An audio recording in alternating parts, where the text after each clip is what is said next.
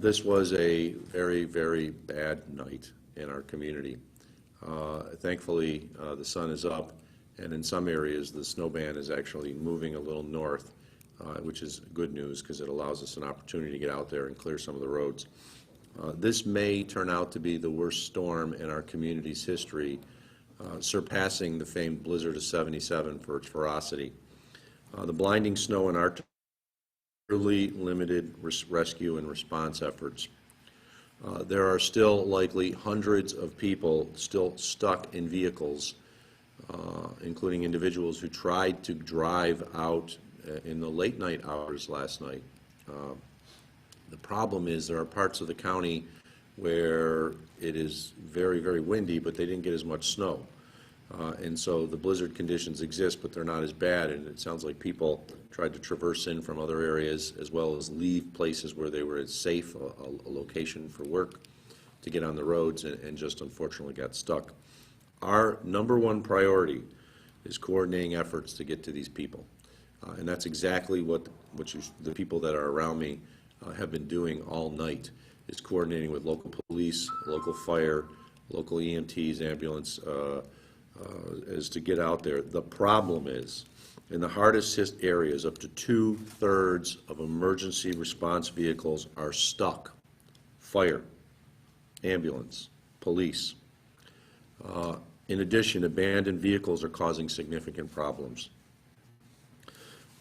I have to note this, it's not something that we're proud of, but in the worst affected areas, there is no emergency service available.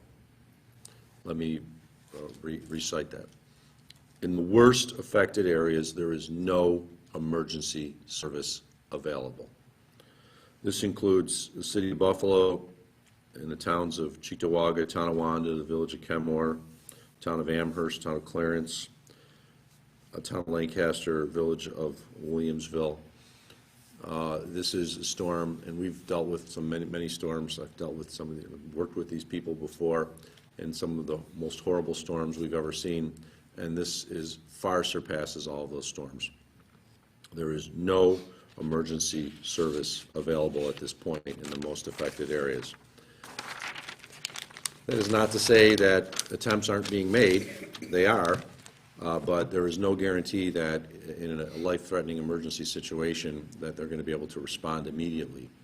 We were dealing with situations all night, including a situation with a baby at a home and location, which was only a number of blocks away from ECMC on the east side of Buffalo, and they still could not get emergency personnel to there.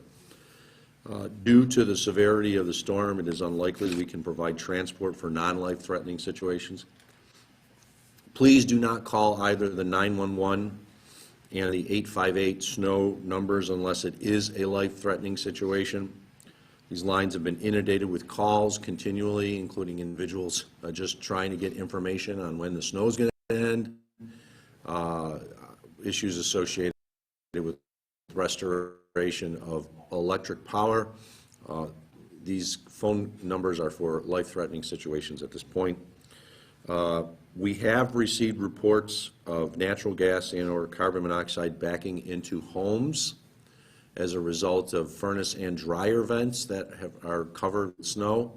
We know it's terrible outside, but you got to go out there and make sure your furnace vent is clear. Most new high energy efficiency furnaces have the furnace vent at a lower level next to the house. It does not generally go up like the old ones in the chimney. It goes down in the plastic PVC piping that comes out of the side of the house. You got to make sure those clear to prevent carbon monoxide and or natural gas potentially coming back into the home. Our Department of Public Works is getting equipment back on the roads in the worst affected areas. That is something that is a point of happiness, because we did not have crews on the roads in the overnight hours and late afternoon yesterday because of how terrible the conditions were. But as an example of how difficult it is, it took 2 high lifts from the Department of Public Works 1 hour and 40 minutes to get from our Harlem barns on Harlem and Clinton to the Emergency Operations Center here in Cheektowaga, Broadway and Union. This is a normally only a 2-mile drive that would take no more than 5 minutes if the roads were clear. 10 minutes if you get stuck at a stoplight. And it took an hour and 40 minutes. But we do have plows on the roads in the Harlem district, which includes Tonawanda and parts of Amherst and Cheektowaga, in the Clarence district, which includes Clarence, Newstead, Lancaster, where we did not have them. So that is a good sign that our Department of Public Works crews are getting back on the road. I spoke to Mayor Brown earlier this morning, and he said the same thing with the Department of Public Works for the city, is they were going to start getting out around 7 o'clock this morning, and hopefully that has occurred. Last night I spoke to Governor Hochul. I requested her to call up the National Guard. She did. I want to thank Governor Hochul for doing that. The Guard is en route right now. We originally were going to have them come here to the Emergency Operations Center, but we're sending them right into the city of Buffalo for these life-threatening rescues. So they're not even coming to our Operations Center. They've already been given information on where to go. And they're assisting the Buffalo PD and Buffalo Fire in rescue operations. Fatalities. The town of Cheektowaga reported to us last night that 2 people died in separate incidences when emergency medical personnel could not get to their homes in time for medical emergencies. These were not people in vehicles, but these were people at their home in 2 separate instances where, unfortunately, due to the emergency situation they were dealing with, and I don't know what they were, if it was a heart attack, a stroke, something else, I don't know, but they could not get to them in time because of the conditions to save those individuals. So my deepest condolences goes out to the individuals who lost loved ones last night. We are aware of 2, and I'm hoping that's only it. But as we get out in the daylight hours today, it is possible we will come across more individuals due to the severe situation of last night. First responders cannot get to emergency situations. I'll give you an example of it. I just received a message from Dr. Myron Glick of Jericho Road, who advised me he's talking through a woman through the delivery of her baby with her sister, basically delivering the baby for her. These are the types of situations that are going on all across our community right now. This is horrible. If you are not in the storm area, you have no idea how bad it is. Please do not try to travel into this area. It can be life-threatening. You get stuck, and we might not be able to get to you. And as I've noted, there are people who have been in cars for hours and hours in the overnight hours waiting for rescue because we just could not get to them. It is going to be a storm to remember. Unfortunately, we are not out of the woods yet. It does appear that the storm band moved a little north. It's actually clear right now at the Emergency Operations Center. And we're hearing Grand Island is starting to get some significant snows. But the winds are still blowing very hard. Blizzard conditions exist. You don't have to have snow falling to have blizzard conditions because the snow can be picked up. We have 7 to 8 foot drifts alongside our Emergency Operations Center here, and we know that's the case in other places as well. The snow is anticipated to continue throughout the daylight hours. This is going to be an ongoing event, and if the blizzard warnings are correct, they're going to be in effect until 7 o'clock tomorrow morning, Christmas morning. So I know a lot of people are wondering what they can do for Christmas Eve, and the best thing you can do right now for Christmas Eve is just stay home. Stay where you are. There are people that are in restaurants. There are people that are in stores. Just stay there. There's nowhere to go. The roads are still not in a position where it's safe for people to be out passable. And, of course, we have a driving ban going on right now throughout all of Erie County. That includes every road in Erie County. State roads, county roads, town roads, city roads, village roads. Every road, there's a driving ban. And as I said, while the conditions may not be as bad in the southern eastern part of the county, where Springville, Concord, Aurora, Holland are, it's not to say blizzard conditions don't exist. There was significant snow that fell, and we don't want anyone even trying to come close to this area that was the hardest hit. With that, I'm going to turn it over to our Commissioner, Department of Homeland Security and Emergency Services, Dan Neverth, to give some more information on the rescue operations that have been ongoing and some helpful tips for our residents. Thank you, Mark. I think probably the most helpful tip that we can give is is with regards to the carbon monoxide. When you have an opportunity, if you have someone in the family that can get out, make sure that, of course, the exhaust and the air intake vents are clear. Know how to take care of one another. Check on your neighbors. Those are the most important things I think that we can do right now, because your access to other areas is extremely limited. And when I talk about extremely limited, I'm referring to the fact that if you walk outside right now, you have maybe 4 or 5 minutes before even a person in good condition is extremely impacted by the winds and the cold temperatures and the freeze on the surface of your skin, unless you're completely protected. So I would definitely want to focus on that. I do want to also highlight the fact that we have had first responders that have been stuck all night long, first responders that have gone out to try and rescue people that, quite frankly, probably should not have been out, but they've been out all night. So now we're working and have been working all night long to try and assist the individuals who have been out there trying to assist the public. So we're working through a lot of different things. We're working very closely with the utilities now. The winds seem to have come down a little bit. We expect a full day of work coming from the utilities and hopefully more of the power to be restored. But those are the type of things that, only Mother Nature will allow us to work our way through. But there are plenty of crews out there. It's just a matter of whether or not the weather is going to allow them to be able to do that. So I would say probably the best information at this point is if you look out your window and it's just blowing a little bit and there's no snow, that can change in an instant. We know how it happens here in Western New York. We know with the lake effect snow. So don't get that sense of arrogance that it's really not that bad. It is bad. It is really bad. It's just let up here. It's all night long. It's been that pounding wind. It's been drifts that you cannot manage to work your way around.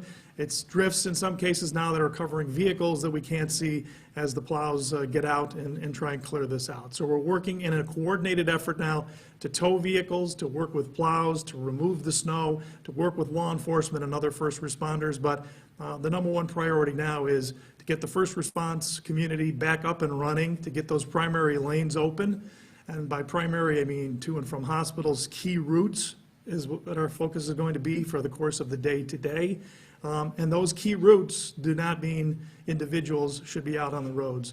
Those key routes are for first responders and for people that need to get to and from the hospital, as well as employees that we're going to be working with for critical facilities to make sure that we can get some shift change. Because at this point right now, you've got law enforcement, fire, EMS, and dispatchers and hospital workers who have been working well over 24 hours. That will be our number one priority at this point. So please stay off the roads. Even if it looks like your roads are fine, do not go out on the roads. Thank you.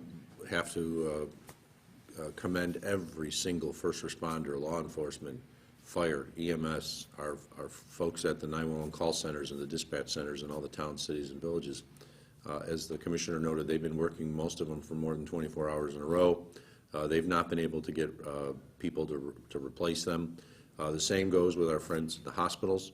I was on the phone last night with the presidents of the hospital associations locally, and they're dealing with the same thing. They cannot get individuals to come in and replace individuals who've been working in the hospital for more than 24 hours. Of course, there are limitations under New York State law as to how long somebody can work in a hospital setting.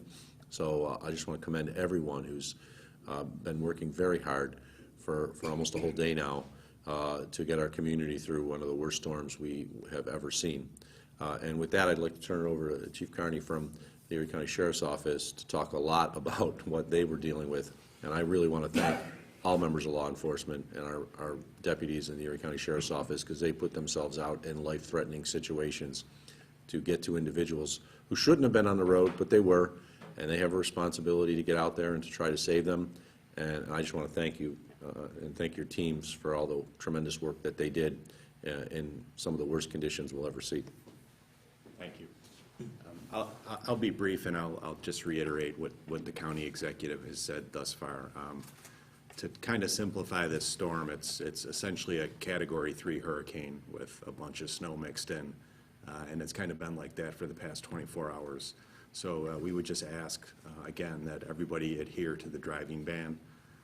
We have deputies stranded in police vehicles. We've had to abandon almost 10 police vehicles. We have deputies stranded in their houses that we can't get to, so they can't get in service to help you. So we're just asking that you stay home and ride this storm out at home as best you can. Thank you. Thank you. The one part that people are wondering is why didn't we have plows out in the overnight hours? We couldn't because it was just too dangerous. They couldn't see where they were going. But we have plows out now. And we're also coordinating with third-party contractors to come in and help us clear out the roads. We are actually trying to get a better idea.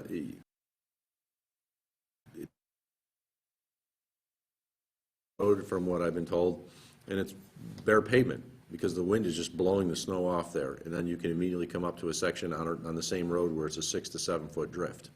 So it's going to take some time to clear out the roads, and that's why we can't have anybody else even attempting to get out there. But I'll turn it over to our Deputy Commissioner for the Department of Public Works responsible for highways, Karen Hope, to talk a little bit more about what's going on. Thank you. Yes, just to follow up with what the county executive said, it's not often that we have to take our plows off of the roads. They've been off since last night in 2 of our maintenance districts. The men and women from our Department of Public Works are veterans at plowing snow and dealing with winter in western New York. They have decades of experience, and it is not often that they have to be in a stand-down position. They are just getting back on the road, but just to manage the expectation of what that looks like, they're carefully navigating the roads. They're seeing a lot of obstacles in the way of vehicles that have been abandoned or power lines that are down. So they're making a very careful and slow attempt to keep everybody safe so that they can start clearing the roads. The other thing, too, is that this isn't a matter of just sending out snow plows. This is going to require partnerships with private contractors using some of our specialized equipment so that we can clear the roadways so that we can address some of these emergency situations first. So, again, stressing the importance of adhering to the travel ban, stay home, stay safe, so people can do their work to get everybody else home and safe. Thank you. Thank you, Karen. I just want to note that while we were not able to put plows out in our our Harlem and Clarence district starting late afternoon, overnight hours, we did have them out overnight in our Concord district, extreme southern, eastern part of Erie County, the Hamburg district, southern western part of Erie County, as well as the Aurora district, areas that normally get a lot of snow, and they did get snow.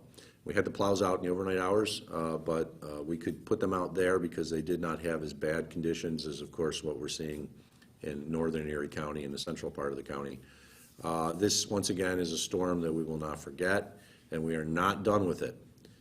We, unfortunately, are going to be dealing with this storm throughout the daylight hours and, we believe, into the overnight hours once again.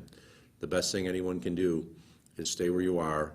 If you are in a life-threatening situation, you can call 911. You can also call 858-SNOW, 911 first. Always call 911 first. If you are in a non-life-threatening situation, we ask you not to call those numbers because they are just getting bogged down with calls from individuals who, truthfully, are not in a life-threatening situation. Just want to ask everyone to hang in there. We know it is Christmas Eve and people want to be celebrating with their families. The best thing you can do is just stay where you are so that maybe you don't celebrate with your family Christmas Eve tonight. Maybe you don't even get home on Christmas, but hopefully you'll be home soon enough so that you can then celebrate the Christmas season as we hopefully do with regards to caring and loving each other every day of the year. Because the most important thing is your personal safety. And if it means you miss Christmas Eve at Grandma's house, that's okay. The most important thing is that in a day or two you're able to celebrate with your family all together safely.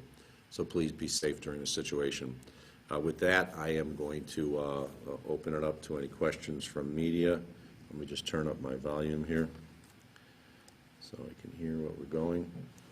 I think we have Ben Tujimoto from the Buffalo News. You just need to unmute your phone, Ben. Hey, Mark. Thanks for meeting with us. Last night, the Buffalo fire, it seemed like it was having a lot of obstacles just in terms of getting places. Do you have any sense of how severe just getting fire trucks around was? It was very severe. I don't have I think Buffalo Fire would probably be best, but I know there was more than 10 fire trucks, we believe, that were stuck at various points. I saw a post from Peg Overdorf, the former head of the Valley Community Center, that one of the fire department rigs got stuck right around a corner from her, and she actually brought the fires into her home so they could be warm. I'll turn it over to our Commissioner of Emergency Services, Dan Neverth, to talk a little bit more, because they've been getting those reports, but it was horrible. City of Buffalo is ground zero. It's as simple as that. And as we noted earlier, equipment couldn't get just a few blocks. It's not like they were traveling miles. Like ECMC, there was a major issue with a one-year-old baby just a few blocks away from ECMC, and no one could get to the home because of how bad it was. So, Commissioner? Yeah, without getting into too many of the specifics, City of Buffalo can give you the exact number, but I can tell you whether it's ambulances, whether it happens to be patrol cars or fire apparatus, it is pretty much a no-go in a lot of the areas. So there has been a significant amount of the apparatus that has been put to the side, and it's the next piece of apparatus up when need be. So some of those things, I mean, they're still functional as far as fire departments go, and but transportation of patients within a wide range of communities, including the City of Buffalo, is next to impossible at this point. And that's why I noted our number one priority is going to be, and now that things have let up slightly, is to get those primary routes open. Those primary routes are going to be for one thing and one thing only: getting essential people and patients to and from the facilities that they need to get to, whether it's a hospital or whether it's a critical facility like communications, or a business maybe that needs to keep up and running and functional because they're essential. So keep that in mind, and that's why we keep stressing the fact, stay off the road. We can't open up that single lane in each direction so somebody can come on out and do the sightseeing. So as far as the specific numbers, we can get you those with regards to numbers of pieces of equipment. I can tell you that we actually have one of the local volunteer ambulances that we rescued from the Emergency Operations Center, brought them back here for overnight. They're from the Colden area. So we hope to be able to get not only their rig, but also their personnel who did what they do as volunteers. They went out, they grabbed the patient, they braved the conditions to get that patient to the hospital, and on their way back, they ran into issues. So again, these are the type of things where one little incident in a community like Colden, their ambulance is out of service now and have to go to other communities, and it's a 3-4 hour trip in weather like this just to get to the hospital, and in some cases, ambulances aren't even making it back. So it's a case-by-case basis, but there are a lot of pieces of equipment, as you heard, law enforcement, the sheriff alone. And every one of these individuals that's been out all night long has been going above and beyond the call of duty. And we definitely want to salute them and to thank them for everything they're doing and will continue to do despite this daunting task that we have. Thank you. We have one other call-in user. I'm not certain what station that is. Do you have any questions? Hi, Mark. It's Rance calling from Channel 7. Thanks for taking my phone call.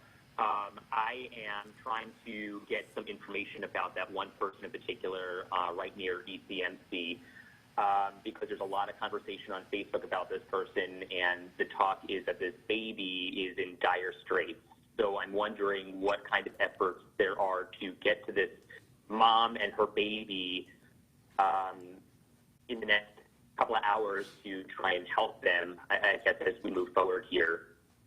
That is something we have been aware of, as I brought up. It was a lot of discussion during the overnight hours as we were trying to assist. I'll turn it back over to the Commissioner. It is one of our highest priorities. The issue is trying to get a generator to that location. We were trying to find other locations that maybe the baby could have been taken to, but it just appears that we can't take the baby without risking the life. So it is a number one priority. Do you have anything else to add?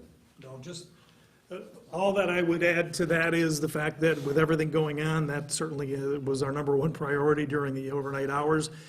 We do have many, many stories along the lines of that too. This is something though that most of the people in the Emergency Operations Center took to heart and a lot of people have been working on. So we're trying to resolve that as quickly as possible. The best way that we can do that is to now get a path open so that we can actually get the individual to a definitive treatment and/or warmth in this particular case, or to get them to a place that actually has electricity. So there's been a lot of energy put into a lot of the issues that we've had overnight, but I think this one rose to the top. And now that we have some units from the National Guard coming in, now that we actually have plows that are back out on the road, the city of Buffalo as well, we hope that there will be a positive resolution to this fairly quickly. And Mark, just one more question. There's a lot of talk on Facebook as well about using snowmobiles to try and get to these people who are stranded. I know in the last storm, the state provided some of that emergency equipment. Is that a request of the state right now as well to bring in that life-saving equipment from the National Guard, perhaps? Well, we've requested whatever they can provide. The National Guard will not be coming in with snowmobiles. They're coming in with Humvees. We have made requests. I know in the overnight hours, requests are made to the Western New York Snowmobile Association for snowmobilers who might be able to help out. Part of the problem was the snowmobilers themselves can't tell where they're going because the conditions are so bad. They may have the ability to traverse some of this snowy terrain, but they couldn't tell where they were going either. So it was not a situation necessarily where having a fleet of snowmobilers could have made a big difference, though now that we have daylight hours and it's easier to see, the request has been made. I don't want people to think we haven't asked for whatever we can get. We're asking for whatever we can get, and the state has given us, and the governor gave me assurance that not only would the National Guard be coming from Niagara Falls, but that a group of National Guardsmen are driving in from Horseshoe in the southern part of the state to assist as well. I just don't know when they're going to be here. We'll take all hands on deck, but we also need professional hands on deck. We just don't need people who are trying to go out to be a good Samaritan, putting themselves in a bad situation. The example of the ambulance crew from Colden is a good example. Even in the areas that haven't had a tremendous amount of snow, those first responders are trying to help out in this area. I know Seneca Hose was intimately involved in life-saving rescues outside of their normal district, going into South Buffalo, going into Kaisertown area. So if you're in parts of West Seneca, where normally you'd have Seneca Hose volunteers addressing a matter, they're trying to help us in other areas, so they might not be able to help you. That's why we want everyone to stay indoors. You're not helping anyone if you get out there and you get in a car accident, and then we have to divert first responders to an area where there really shouldn't have been anyone on the roads anyway. So this is all hands on deck, but there's only so much equipment. I don't want people to think that the county has a fleet of 100 snowmobiles. We don't. Neither does the state. Neither does the city. We are trying to move in additional equipment. One of the things that's also a problem is that the worst hit areas are some of the areas that generally get the least amount of snow in the county. For example, we have tracked vehicles from our Parks Department at Spragbrook Park. I know the Sheriff's Office has snowmobiles down at Emery Park. Those areas haven't gotten a whole lot of snow. And so the goal is to move some of that equipment up here today. But we also couldn't take it away from where it was initially because the original reports were for a county-wide blizzard. So it'd be difficult to say we're going to move something from the Colden area up to Buffalo when we were told we were also going to have significant snowfall and blizzard conditions in the other areas. So we have a limited amount of equipment. We staged it where we thought it was appropriate. Now we're trying to move it so it's better. And with that, and Mark, just finally, this morning, can I just ask one more question? Ed, I got to go. You mentioned that there were... we have to go, Ed, because we've got to get on a call with the state. I do appreciate everyone's participation, and we will be giving an update with more information soon, but we do have to get on a call with the state with regards to determination of where assets are going. So to all, be safe, be well, stay where you are, even if you've lost power. It's better to be indoors in a place that's 40 or 45 degrees than to be outside in wind chills that are below zero. It is still a life-threatening situation out there. Stay indoors. It is your best place to be. Be safe and well to all. Thank you.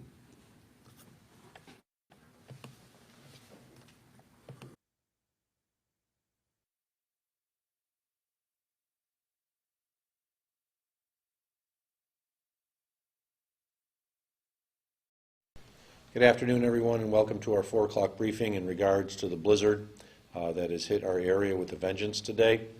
I'm Erie County Executive Mark Polenkars. We'll be joined also by some representatives from Erie County government. We have our Commissioner of Emergency Services, Homeland Security, Dan Neverth here. We have our Deputy Commissioner for the Division of Highways in the Department of Public Works, Karen Hoke here. We also have Chief Brizzolaro and Chief Carney here from the Erie County Sheriff's Office as we give this update on what is occurring, I think, which we all know, which is one of those storms we will never forget. First off, a state of emergency exists for all of Erie County. Governor Hochul also put one in for all of New York State earlier.